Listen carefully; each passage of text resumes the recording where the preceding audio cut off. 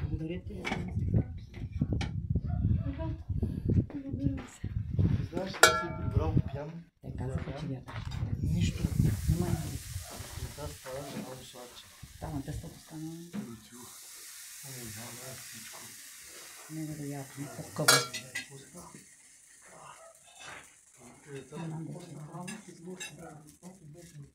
По-голямо.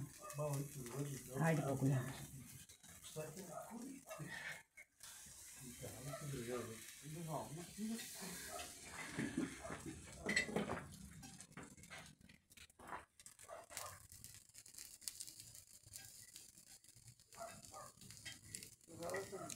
Мъничко е мене хвани кадър.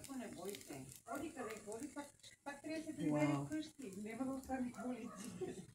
Така или иначе, си да вкъщи. Здравейте, аз съм вашия домакин за гурме гастроселски туризъм в българското село, Централна България. Тук изработваме кътни по традиционна българска стара рецепта, бабени рецепти, шедьоври. Аз ги наричам така. Делничен ден. Компанията тук е прекрасна. Здравейте. Кажи на здравейте. Няма проблем да се такова. Не. Красавица. Ето. Какво е хубаво да... Най-главната компания. Да. Ми съм си верно най-гладно. Глупости. То като така, като ухае.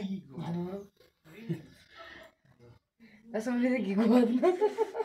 И да съм яла, пак съм гладна. Нещо подобно. Аз като мишленце постоянно от някъде не сядам Нещо да чопна. основно да се храня, да седне да се нахраня, но по-мъничко да не ми тежи на стомаха.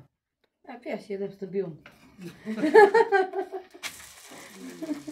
Так, какво е? Не знам. Но